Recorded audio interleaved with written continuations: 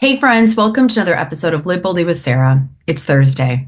I was going to record something else for you, except that the band down the street started playing music. Yeah, it's a Thursday early evening, and they play nearly the exact same songs every single Thursday night. That's kind of how I know it's Thursday, and I've known that since 2020 because that's when they started. It is 2024. How can they be so consistent that every single Thursday night they pull out their strings, they pull out their band, like everything, right? All the people show up, they pull up their instruments, everybody pulls their chairs, they sit outside, they drink wine, they listen, they commiserate every single Thursday night. How can we be so consistent in our own lives? What lessons can we pull from this? Well, first of all, I love this band, so I'm not mocking it in any way. I think it's a really, really cool thing. This is a neighborhood of connection and togetherness. And they decided to start doing this back in 2020 because we had so much disconnection. And they thought, what a great way to bring the neighbors together. I just didn't know it was going to continue on through 2024 and into 2025, which is totally great. Here's the thing, though. Grab your journals because I want to talk to you about this. How do we, in our own lives, especially when we're pulled in so many different directions, how do we have consistency in order to achieve our goals and to get to whatever it is that we want to be, wherever it is that we want to be, right? If our goal is to build our business or to get a little bit more healthy or to develop more relationships, deeper relationships, to travel, how do we put it into our calendar and actually do it? Well, here are a few tips, tricks, and things that I would highly suggest that you step into as the new year comes around. First of all, set clear goals. What is it that you want to achieve? You're stepping into 2025.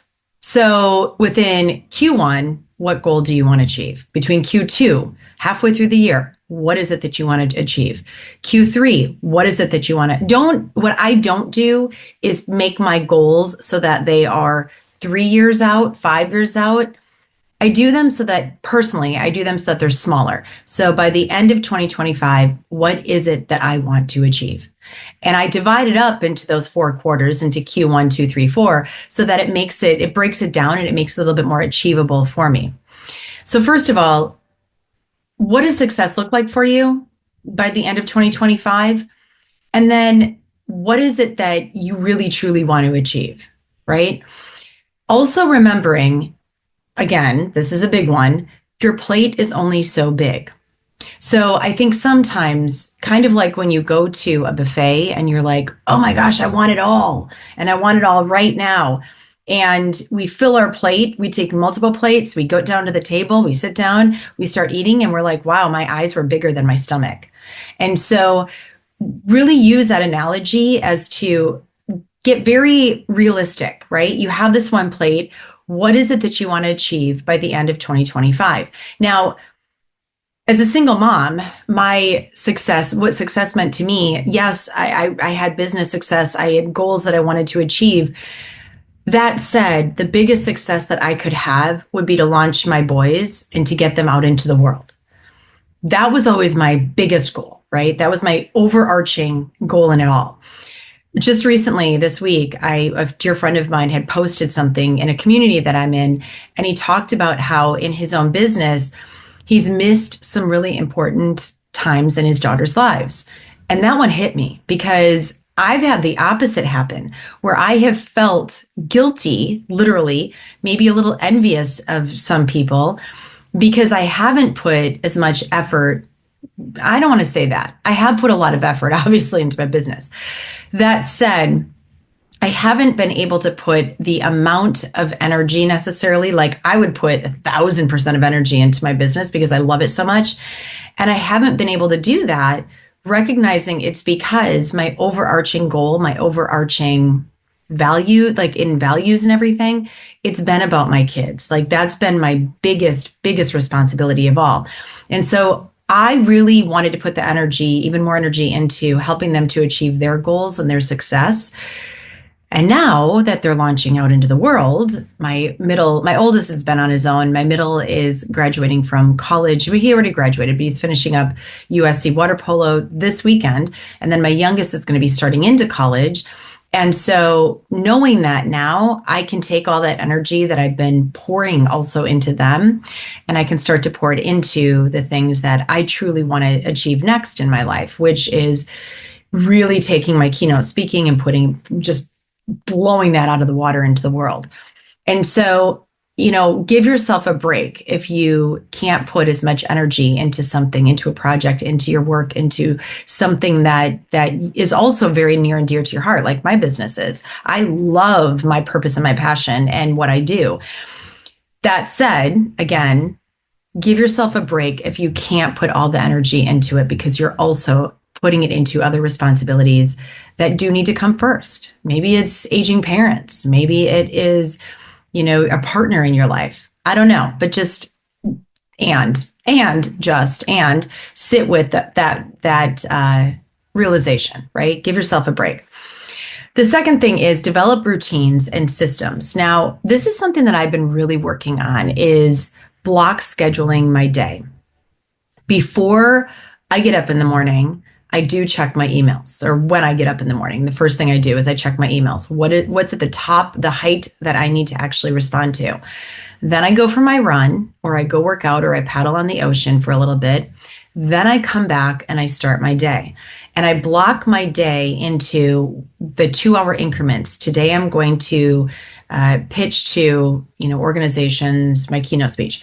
The next 2 hours I'm going to work on my content. The next 2 hours I'm going to work on my speech. Whatever it is that however works for you in terms of scheduling your day, block scheduling works really, really well for me. Also, when you do that, make sure you put in increments to do other things, such as, I don't know, take a lunch and go for a walk, go outside, look up into the sky, or call your family, or whatever it is. Like, make sure that you're also blocking those times in as well. The most important part is develop it as a routine, because the more that you do something, the more that you're going to keep the routine going, right? Your commitment is a strong indicator of your resilience, your discipline, your tenacity, and it takes work. It does take work. The third thing that I would say is to communicate and to reinforce your expectations. Now, this isn't only for you. This is also for those people around you. If you have, like I do, a family, I've got kids, I've got a partner, I communicate what are my expectations, what is it that I need, and also set those into agreements with them. Like, I agree that during these set hours, you're going to be focusing solely on this, and that's okay. Because when you're only setting expectations, it's more of a one-way street. But when you can have agreements, there's an understanding between the two of you, or between your family members, your kids and you, whatever it is. And so the more that you can communicate what it is that you need, the more that they will also understand that. And then they'll jump on board and support you. So those are the 3 things that I would say in terms of stepping into consistency in your own life, and making sure that you are achieving those goals and those dreams that you want in 2025. Remember, when you're climbing a mountain, it takes many, many steps. You don't just get to the summit in one. And so when you are breaking all of this down, sometimes you might even step backwards, and that's okay too. Sometimes we have to in order to step forward. The most important thing to remember is continue to move forward. Continue to have those steps forward every single day. And remember what a great job that you are doing as well.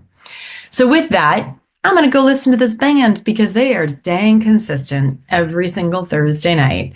And I don't know if you can hear them or not through this, but they're really, really good. And it's pretty fun to have a neighborhood where we do have this connection, where we do come together and celebrate when there's, we need more celebration in this world. So with that, if this resonates with you, please share it with your friends, put it out into the world.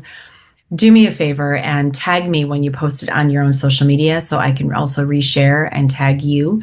And then if there's something that you would like me to talk about, please do me a favor. Drop me a email, Sara@sarahschultencrans.com. And I would be more than happy to talk about something that's on the top of your heart as well. Go rate, review, subscribe, rate, review to the podcast. And whatever we can do for you, please reach out. If you are looking for a keynote speaker on resilience, problem solving, and I got to say, it's pretty dang motivational. Team building, message me and I'd love to talk to your organization. And if you are looking for a retreat, we do have one Grand Canyon retreat in June of 2025. And then I will be running a retreat with Florence Williams once again in the San Juan Mountains.